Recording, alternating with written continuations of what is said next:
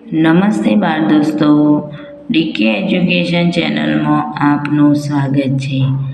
આજે આપણે ધોરણ 6ની સ્વાધ્યાય પોથીના ભાગ 2માં સંસ્કૃત વિષયમાં પાઠ 7 કરો તેનું સોલ્યુશન જોઈશું. તો ચાલો સોલ્યુશન જોઈએ. તો પ્રશ્ન 1 છે, ઉદાહરણ મુજબ વાક્યો બનાવો. ઉદાહરણ આપેલું છે પઠ, તો રમેશ પઠતી. એ જ રીતના પહેલો શબ્દ છે ચલ, તો કપિલ ચલતી. બીજું છે ખેલ, તો વિવેક ખેલતી. ત્રીજું છે વદ, તો મયુર વદતી. ચોથું છે પશ્ય, તો નિશા પશ્યતી. પાંચમું છે નૃત્ય, તો હિના નૃત્યતી. છઠ્ઠું છે પીબ, તો વેદાંશી પીબતી. હવે પ્રશ્ન 2, આપેલા ક્રિયાપદોને સંસ્કૃત ભાષામાં લખો.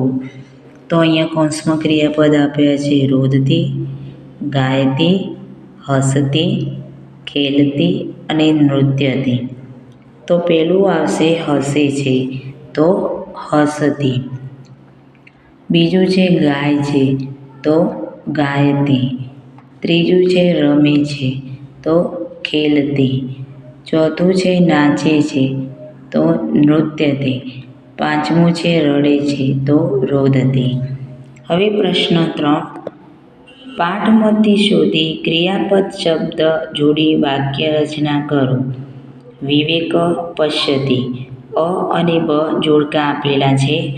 અહીંયા જોડતો ભાવ એમ નથી, બે ભાગમાં છે એટલે મેં અહીંયા લખ્યા છે. તો કપિલ ક્ષિપતિ, મયુર શૃણોતિ, નિશા વદતી, સચિન ખેલતી, વેદાંત પઢતી, દિવ્યા લિખતી, મીરા ગાયતી, વિમાનમ ઉડ્ડયતે. હવે પ્રશ્ન 4, પાઠના આધારે પ્રશ્નોના જવાબ સંસ્કૃત ભાષામાં લખો.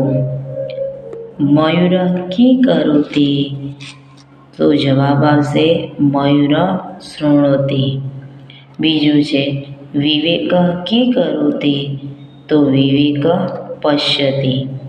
ત્રીજું છે કપિલ કી કરોતિ, તો કપિલ ક્ષિપતિ. મીરા કી કરોતિ, તો મીરા ગાયતી. પાંચમું છે વેદાંત કી કરોતિ, તો જવાબ આવશે વેદાંત પઢતી. પ્રશ્ન 5, આપેલા વાક્યોને સંસ્કૃતમાં લખો. જય જુએ છે, તો એનું સંસ્કૃત થશે જય પશ્યતિ. બીજું ભાવેશ ફેંકે છે, તો એનું સંસ્કૃત થશે ભાવે ક્ષિપતિ. ત્રીજું છે વિપુલ સાંભળે છે, તો જવાબ થશે વિપુલ શૃણોતિ. ચોથું છે માલા બોલે છે, તો માલા વદતી.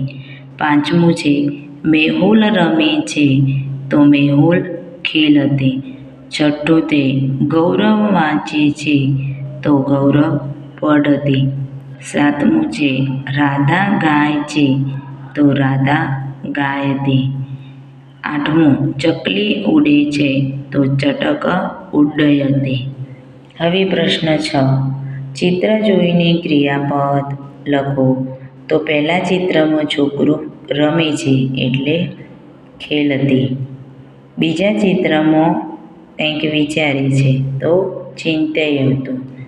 ત્રીજામાં ગાય છે, તો ગાયતી. ચોથામાં વાંચે છે, તો પઠતી. પાંચમામાં રમે છે, તો ખેલતી. અને છઠ્ઠામાં પીવે છે કંઈક, તો પીબતી.